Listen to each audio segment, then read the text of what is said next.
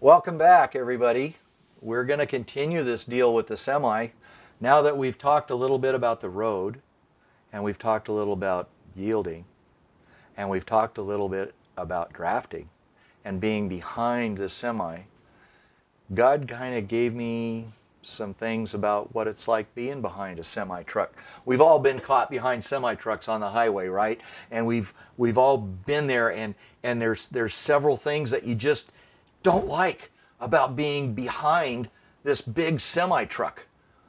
One of the things that you really don't like is you can't see. And if you're on a single lane road, a mountain road, going somewhere, you want to be able to see what's in front of you, right? And you can't because there's this semi stuck in front of you. And in defensive driving, they talk about looking at the car in front of the car in front of the car in front of you. Looking not necessarily at the rear end of the car in front of you, but through the windshield of the car in front of you so you can see what's in front of that car.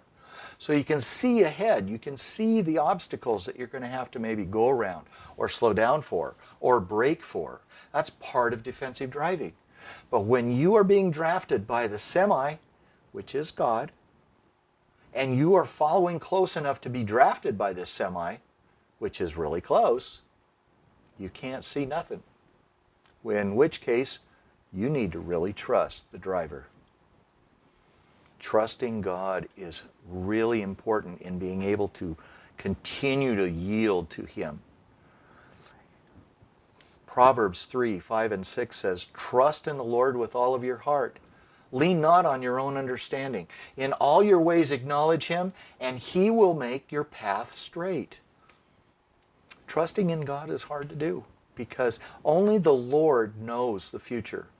Only the Lord can see what's ahead of you. With God, He knows. And if you fully trust in Him, if you fully give your life to Him, and you fully give things up to Him and have a relationship and you stay close to Him and keep Him in sight, then it doesn't matter so much that you can't see what's in front of you. I'll give you this little story as an example. When I married my wife, I wanted to give her a home. I had been living in a rented house at the time. I'd been suffering through a divorce and suffered through that, and God rebuilt me, and God gave me lots of stories from that. I started journaling, doing a whole bunch of stuff.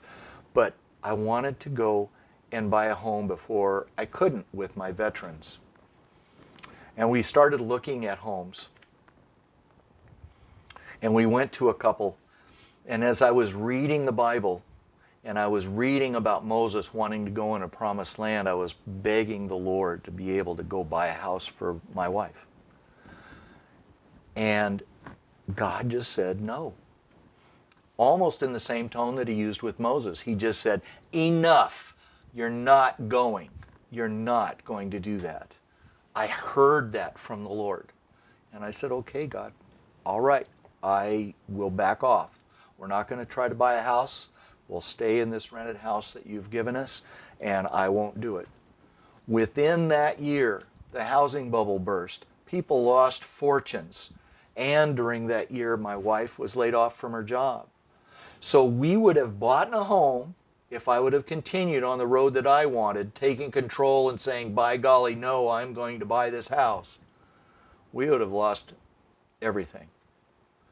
By being obedient and trusting in the Lord and leaving that up to God and hearing what He said, I was saved from financial ruin.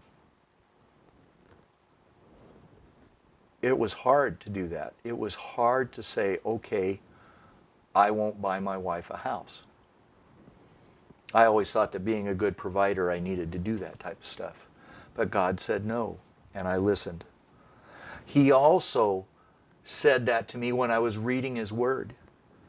If you want to give control to the Lord, you need to be able to listen to Him and to hear what He says. He says, "My word is a lamp unto my feet and a light unto my path." Your word, God, is a lamp unto my feet. It lights the path we're on. Jesus said, "Do not let your hearts be troubled. Trust in God. Trust also in me." That's what we need to do when we are behind that semi-truck. We let Jesus drive. We just look at what's beside us, not necessarily be so concerned with what's in front of us and try to speed off into the unknown without somebody guiding us. Remember, we talked about being drafted. He sustains us. He gives us prosperity when we do that. And I am well off now. I don't worry about where my next check is coming from. So, as we end this segment, please trust in the Lord. Trust in Him with all of your heart. Lean not in the own. Don't worry that you can't see the road in front of you. Don't worry about that. And stay behind that semi. Stay in drafting range. And we'll talk again next time.